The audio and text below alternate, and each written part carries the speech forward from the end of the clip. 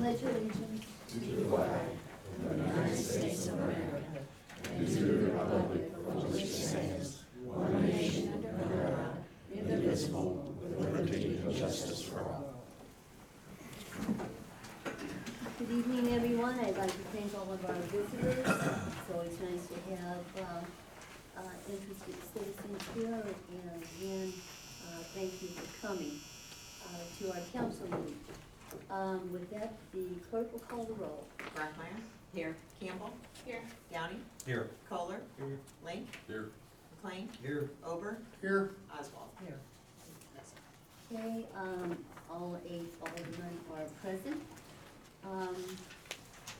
We have the packet, in your packet, are the minutes from the last meeting.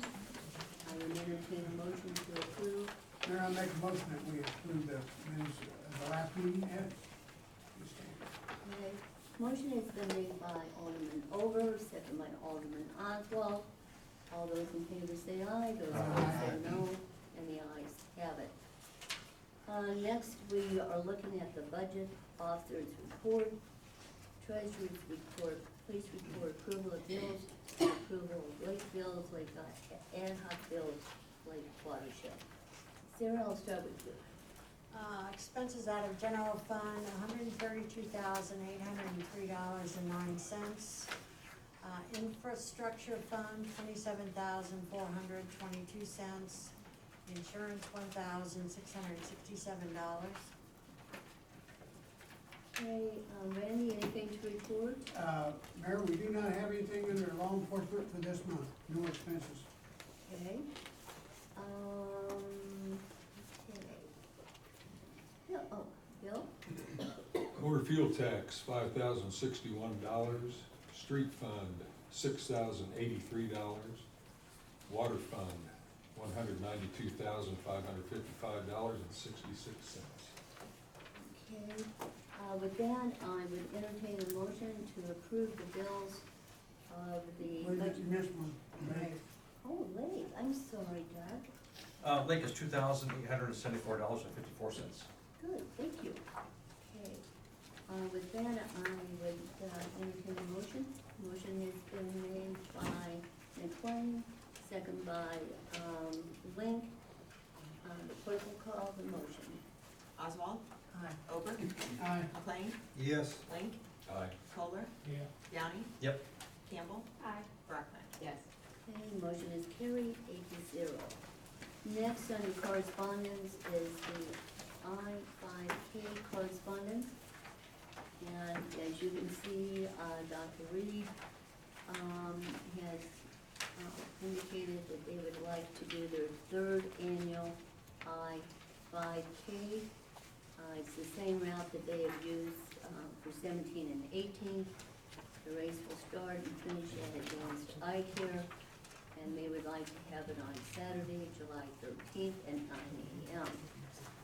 Also, I would like to add into that Lou's Automotive, a correspondence there, and I believe that is for their annual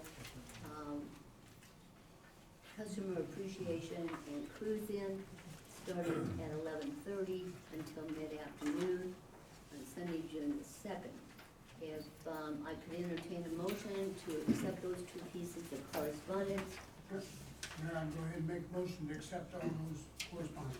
Okay, the motion has been made by Ober, second by Campbell, that we accept those 2 pieces of correspondence for the I-5K and Lou's Automotive to be placed on file. All those in favor say aye. Aye. Those opposed say no, and the ayes have it. Also under correspondence, we have the Vi Calvert correspondence, and that is to Chief Haley. Effective immediately, I am resigning my position as part-time dispatcher for the Carlinville Police Department. I would like to indicate on behalf of the city and the Public Safety Committee our best wishes to Vi. She has served a number of years here, so with that, I'm going to. Motion placed on file to accept. Thank you. Motion has been made by Downey, second by Oswald. We place by correspondence on file.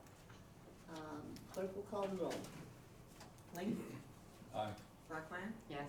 Campbell, Aye. Oswald, Ober, Aye. McLean, Yes. Downey. Yep. Kohler. Yeah. Okay, motion is carried, 8-0. Next on our agenda is public comment. I do have comment statements here from Matt Turley. And Matt, would you like to come forth? Sure. Thank you, Mayor.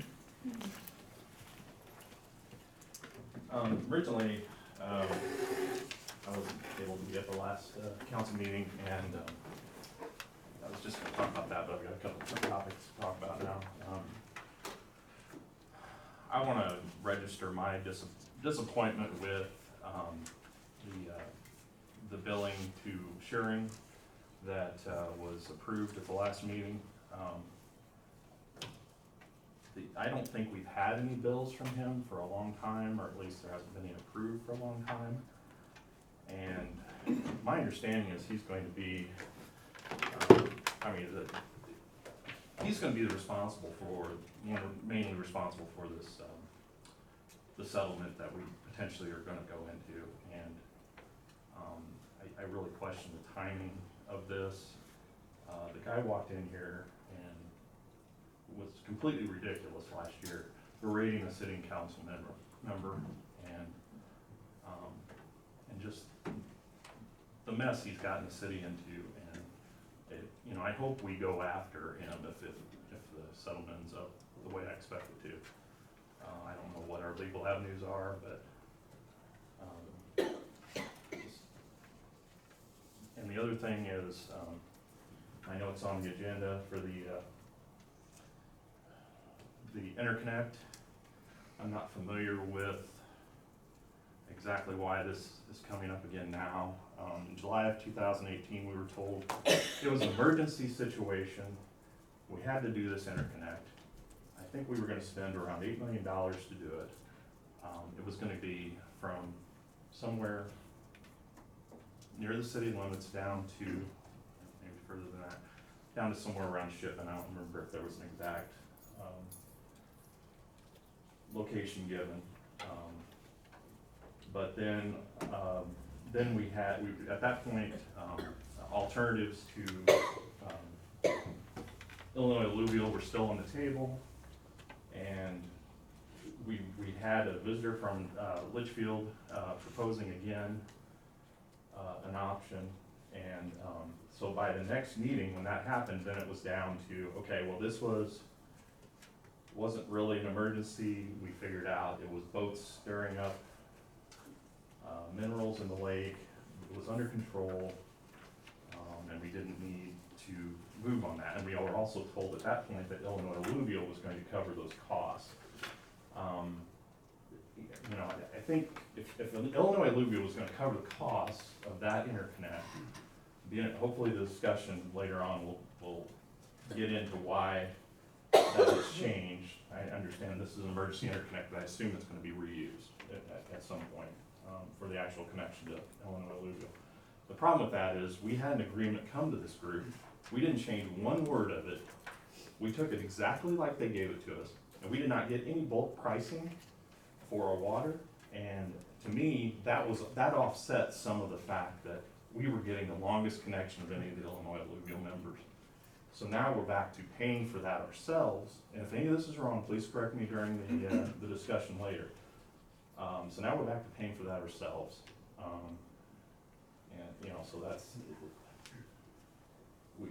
we've had the adjustable intake put in that wasn't moved for a very long time. We bought that for $250,000. We've been, it goes back and forth between we're paying for it, it's emergency, it's not, they're paying for it. It just gets really hard to follow why everything's changing so much. And I think people are frustrated with the moving targets here. So, this is even a longer interconnect than we originally told. Now it's up to 27 miles. So, just very frustrating to me. So, thank you.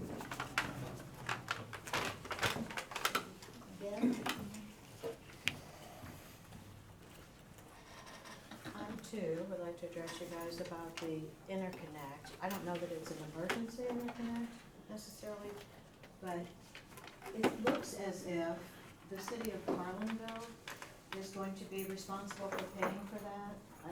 Is that correct? And you can maybe discuss that during your discussion, if you would, please. It will be discussed. If we're going to get reimbursed, I've read this and I don't see that there's any addendum to it or anything that suggests that the city is going to get reimbursed for this expense, this temporary preliminary engineer, I guess maybe I should say. And the list of what is not included in this $2.5 million is pretty extensive. This doesn't include, in my reading, in my understanding it, that it does not include the laying of the pipe. That will come later and will be at a bidding process and is going to require a whole bunch more engineering. So I'm confused why is this considered an emergency? Are you doing it because you think it's an emergency? If that is the case, I'm gonna bring this up again, just south of us, Gillespie just voted to go with Litchfield Water. So Litchfield has got their water to the County Line Road, which is a heck of a lot closer to Carlinville than where this map shows that we're gonna be paying for the engineering. And then I'm also confused, if we go ahead and get this started now and we do this, we're hooking up to Jerseyville Rural Water.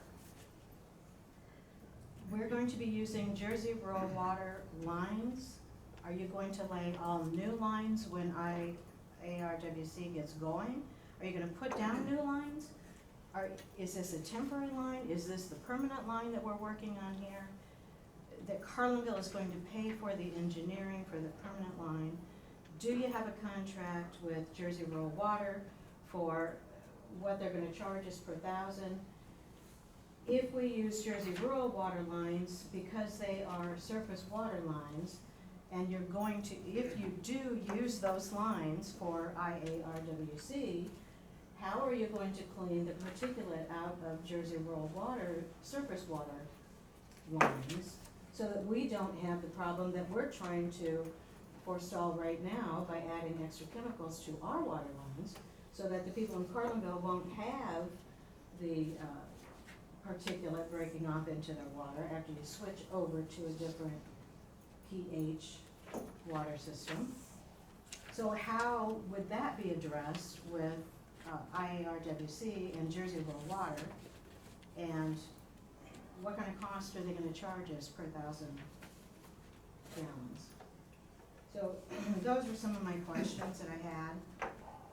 I was so confused when I saw that we're doing this again, only because it came up last year in July and August, and we were told, oh no, IARWC does not want the city of Carlinville to have to pay for any of this. We're only going to pay for our point of connection out here by Renico Groner on. So if we do this, the contract says, regardless of what happens with any kind of funding, the city of Carlinville is going to be liable to pay MECO-Henegan, which is a new LLC that was formed, that we will be responsible for this $2.5 million regardless of what happens with funding for IARWC. Are we gonna get paid back? Where's the contract that says we will get paid back? Those are my questions. Thank Thank you, you. Beth. Anyone else have any questions in public comment? Any other? Okay. There being none other, we'll move down to old business, and that would be, city IARW. We've not met since our last update, so we meet this week. So I don't have anything at the moment, but I'm sure I will at the next meeting. Okay, thank you. Next would be an ordinance vacating part of Ellison Street This is a second read. I hope everyone has had an opportunity to take a look at this. Is there any questions regarding this ordinance to vacate part of Ellison Street here in the city of Carlinville? If there is none, then I would entertain a motion to, this is a second read, and I would entertain a motion to go ahead and approve it. Motion has been made by McLean, second by Oswald, that we go ahead and approve the ordinance vacating part of Ellison Street. No other questions? The clerk will call the roll. Campbell, Aye. Kohler, Yeah. Over, Aye. McLean, Yes. Link, Yes. Oswald, Aye. Barclay, Yes. Down. Yes. Okay, motion has passed 8-0. Next, this is a yearly proclamation that we get from the American Legion. Again, this is a little earlier.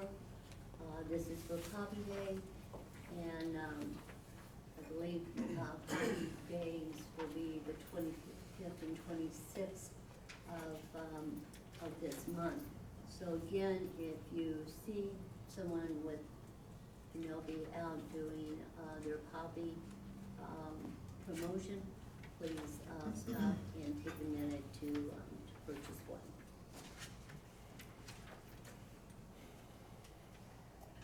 Okay, employee health insurance? About 6 weeks or so ago, Carla set out RFPs to everyone, every insurance agent locally here in town, looking for some bids and some options on new health insurance. We did hear back, several people in town don't do employee health. We did hear back from about 4 or 5 different organizations, agencies here in town. They all came in at some point and met with Sarah and Carla and I and went over their proposals and their bids and their insurance information. And at this point, we have decided to, what we're wanting to recommend. We are recommending to go with Matt Dowlin from Dowlin Financial. And Matt's gonna give you a brief update, just kind of oversight on the insurance that we decided, the policy that we were looking at and are going with. And one of the main things that we did was we did take our retirees, which is 6, I believe, off of our main insurance policy and move them to a Medicare supplement policy, which right off the bat, that's a big savings. So that is part of the proposal, and then the other part, the policy that we went with, Matt's gonna go over real quick, and then when he's done, I'll give you just a few figures on the savings that we think that this will provide for the city. So Matt's gonna hand out a few things and answer some questions briefly. Thanks, Jody. Uh-huh.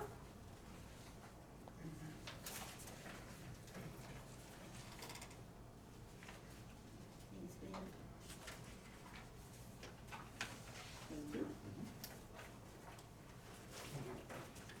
Thank you.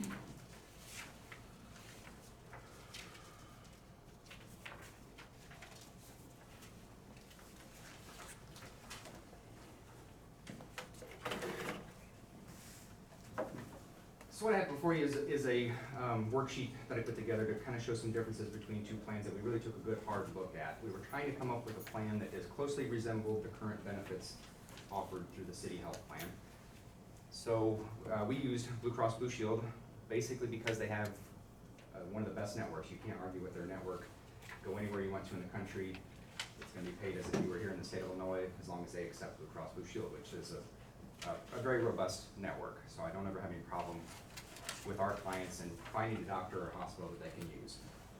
So with that being said, the far left-hand column was the richest benefit plan that Blue Cross Blue Shield had to offer straight out of the box. And if we went with that program, the employees out-of-pocket expense could potentially increase from $2,000, which they've got now, to $4,500. So even though that's the richest benefit plan that Blue Cross had available, there's some potential for some employees have quite a bit of extra out-of-pocket expense.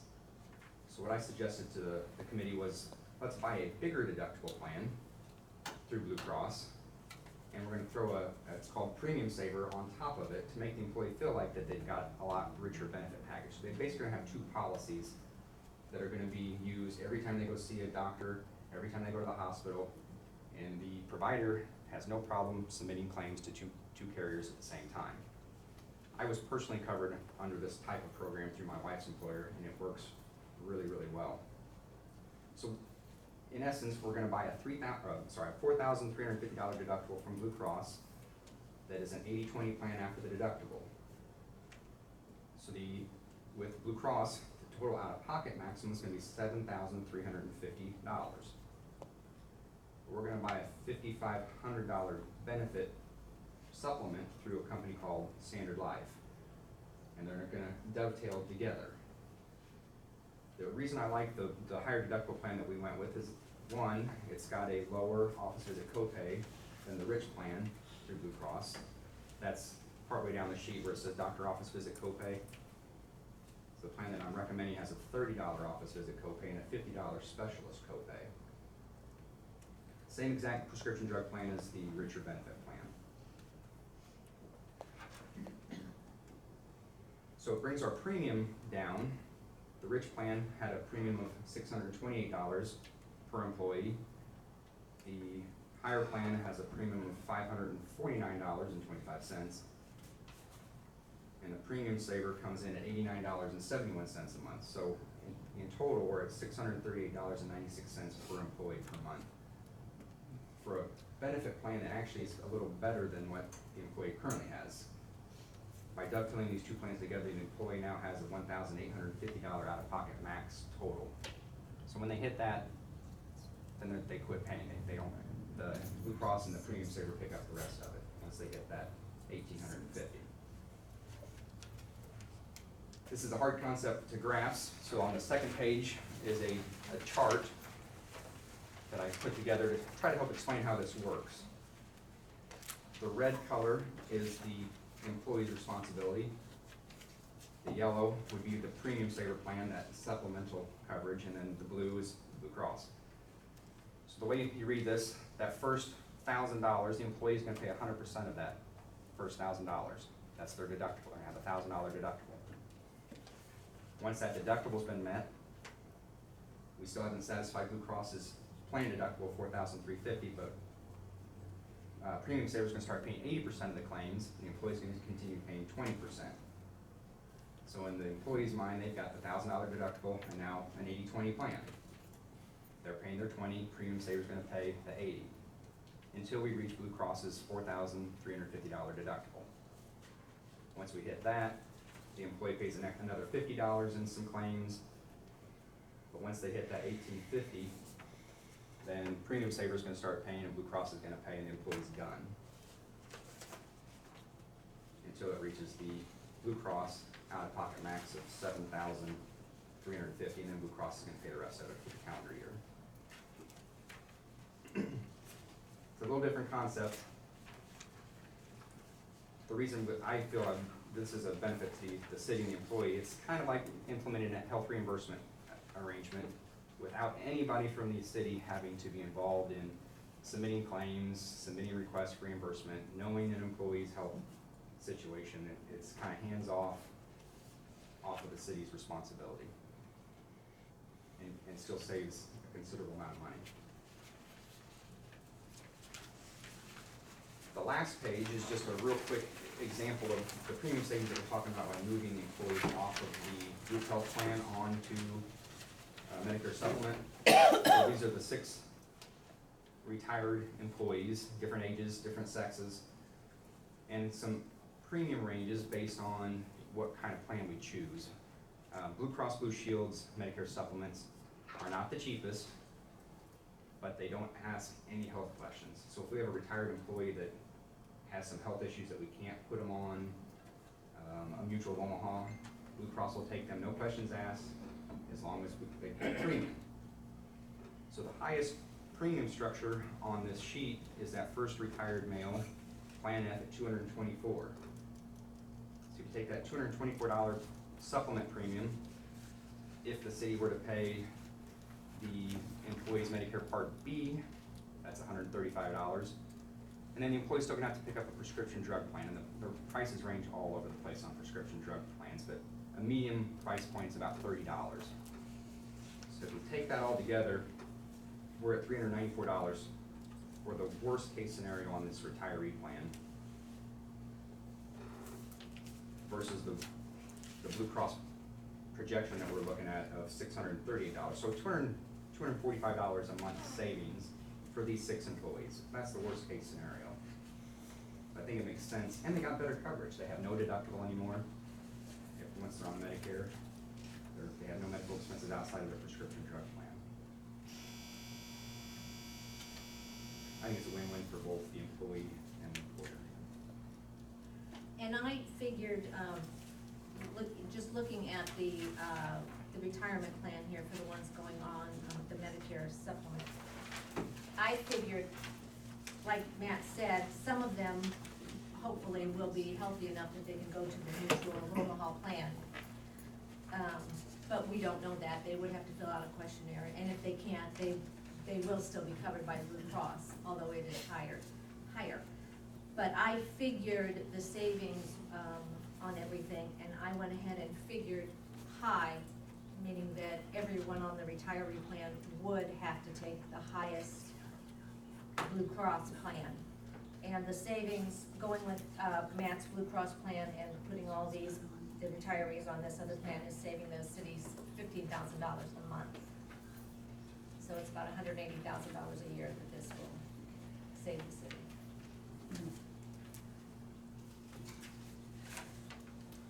So you may have any questions for Matt? I mean, insurance gets kind of complicated, but we went over everything with, everyone that came in. It was a little difficult because you're not really comparing apples to apples with what we had, but I still feel that it's a pretty good plan. And Carla can tell you before, like on this one, what was their deductible before? Well, we had 2 different plans before. There again, it was kind of hard because they could pick and we didn't do that this time. We just have one plan that everyone will be on. So, but we feel that it's very comparable. And in the other one, I think their max out of pocket was $2,000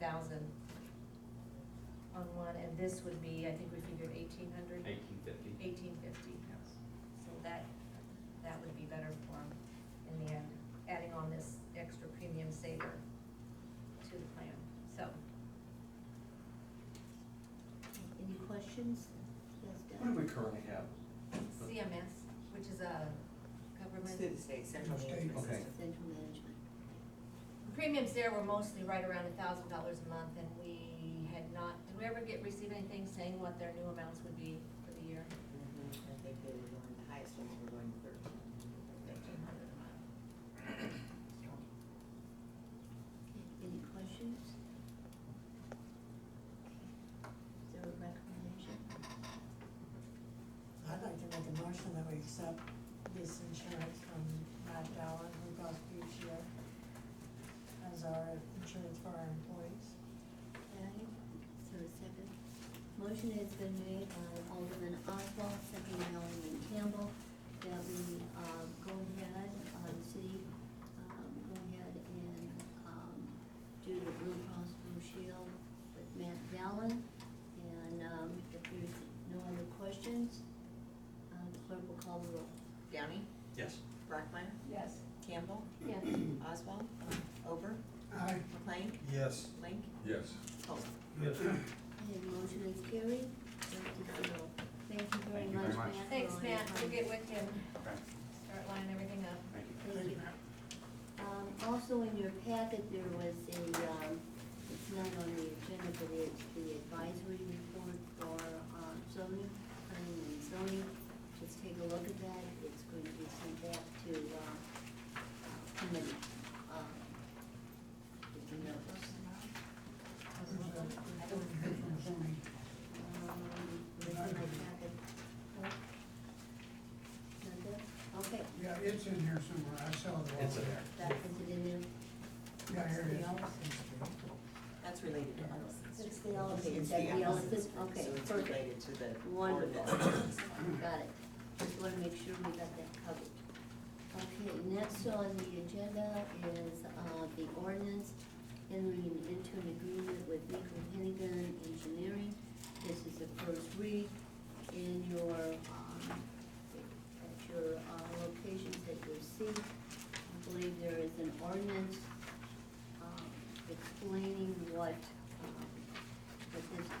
It's an ordinance authorizing and providing for the city of Carlinville to execute and enter into a contract with MECO-Henegan Engineers LLC for engineering and surveying services for the interconnect to Jersey County rural water. With that, Lonnie, I'm gonna ask you to come and explain. Yeah, so everybody's got a copy of this proposal in work order. And it's really a pretty simple work order for a really large project. So I'm not gonna go into a lot of detail in the words here, but I'm gonna start with the map, which is towards the back of your packet. So the idea currently in place is that we would connect the water main.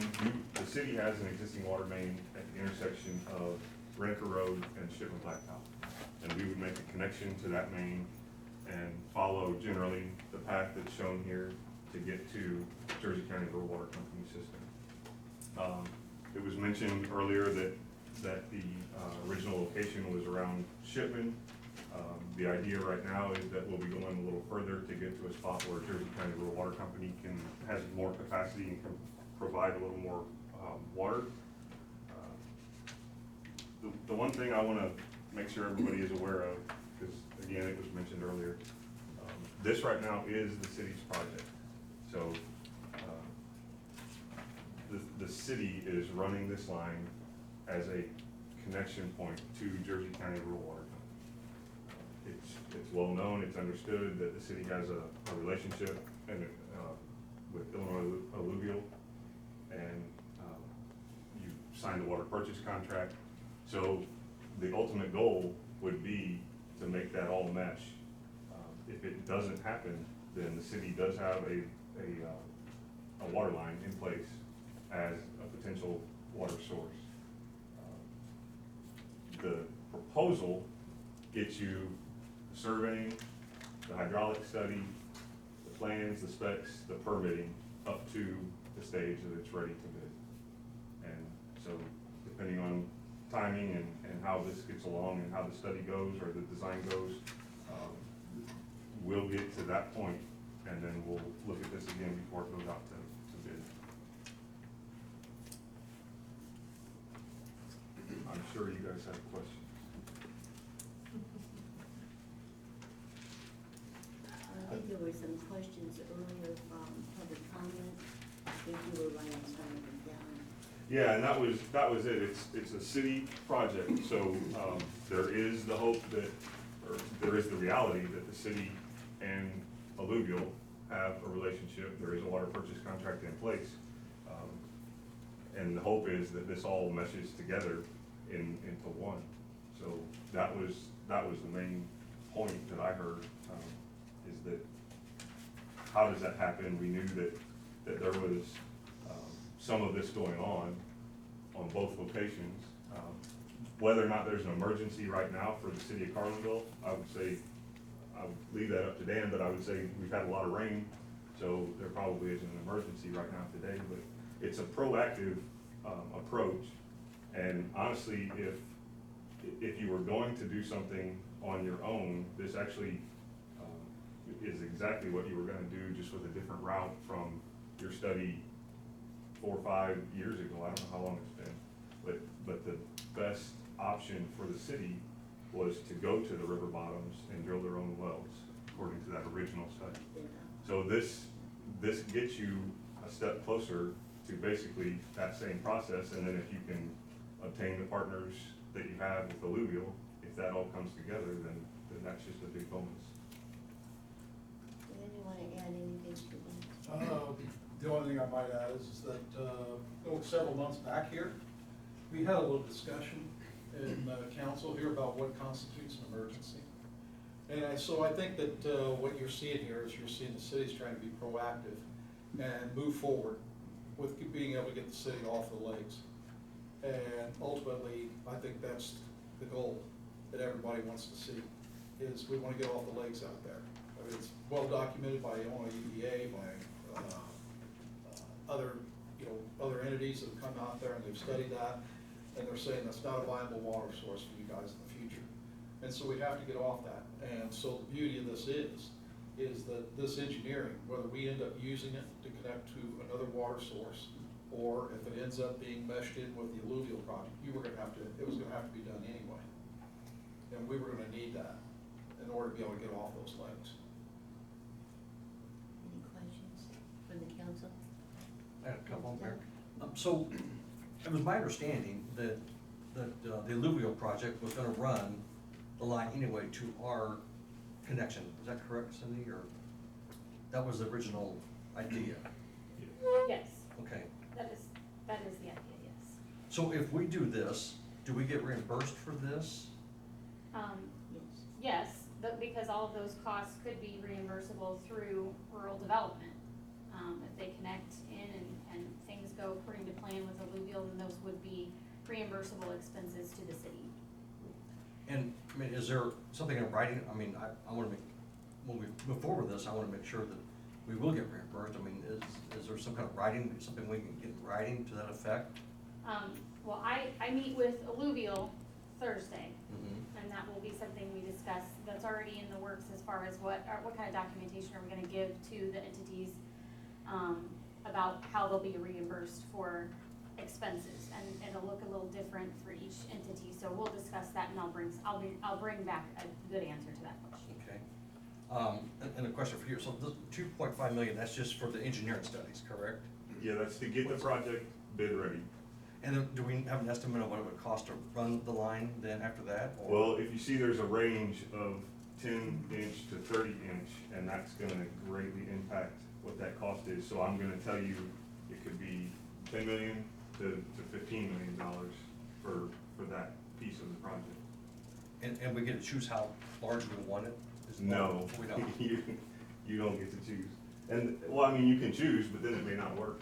You're gonna allow us to do the design, and that design is gonna be based on, the ultimate design is gonna be based on who is connected along that line. So you're, go ahead. Oh, 10 inches is what you recommend, or is that what I heard? Is that correct? It'll step down. Okay. So it might start at 30, it might start at 20, and it'll step down to meet your needs. And then once it's approved, how long does this take to get the project completed, or how long do we estimate? To design ready stage is probably a year. We can get to the design and through the design and permitting in a year. The easements are always the question, so Okay. Our hope is that those can be done in that same timeframe, concurrent with the design and the permitting. The design and the easements can run side by side because the size of the main doesn't really affect the easement. And then do we have an agreement with the water company about what it's gonna cost us per 1,000 or whatever, how we're gonna meter? Is there an agreement in place or a price that we have? I am not 100% confident if that agreement was in place last year at this time. So, but what I do know is that Jersey County Rural Water Company has been notified, and there's discussions about what that rate would be. So we would know that before we approve this, or, 'cause that would be a good move, I think, to know that before. Well, the thing is, if you end up purchasing from Jersey County Rural Water Company, it's on a short-term basis anyways. Because if, ultimately, the goal is that it meshes into alluvial, and you're back to where you were on day one. If something happens and that doesn't work out, then you're just gonna ultimately go to the river on your own and do what you were going to do 6 or 7 years ago, or whenever that initial study was done on the most efficient method to get water to the city. And then I guess the finance committee, how do we pay for this? We don't. I mean, I think there's bridge funding, is there bridge funding? This is through. We have been working with, talking with CoBank, is who we're working with, and we've sent paperwork in this past week, of where we could borrow the money from them On the short term. for the short term, and, pay them. We borrow the money from them, we borrow the interest from them and to make the payments. And then it will be, more than likely reimbursed from alluvial, it's all as it was in the beginning. So Or, I mean, from USDA, It'll be reimbursed from USDA, USDA. the 66 mil. okay, but the short term, in order to pay for it, I mean, you're borrowing extra money to pay for it too? Is Yes. that- Yep, it's all it's all the stuff that they're used to doing. That they, you borrow the 2.5 million, you borrow the interest on it, and make your payments, so as it comes, as we write a check, they send it back, and it's all just a wash, which is what And- we had in the budget for this year, I think it was $1.3 million. And to be Okay. clear, perfectly clear, you don't just borrow the whole 2.5 and start paying interest on the whole 2.5 at the start. So you borrow it as there are invoices that come due. Yes, it's like a line of credit. They Okay. give it to us as we Right. want it, as the money's been spent, and we say we need. But we can go up to 6 or 7 million, whatever we need, or, I think we've, up to 2.5 million is what we've proposed, but for this budget year, we put in for 1.3 for this budget year, not knowing specifically where, how far along the project would go to within this budget year. It's hard to tell. So, but that's what we put in for, and that's what they, agreed to. And if we had to have more in this budget year, they would, but like I said, it's all covered. You borrow the payments, you borrow them, and then it's reimbursed from USDA. that's all I have. Any other questions? Any other questions? Okay, this is a first read, and this will be back on the agenda for our June 3rd meeting. So in the meantime, Mr. Holder, your ordinance and the information that was given. Okay, if there's no other business to come before the council, I would entertain a motion to adjourn. What they're doing. Motion by Downey, second by Brockmeyer, that we adjourn.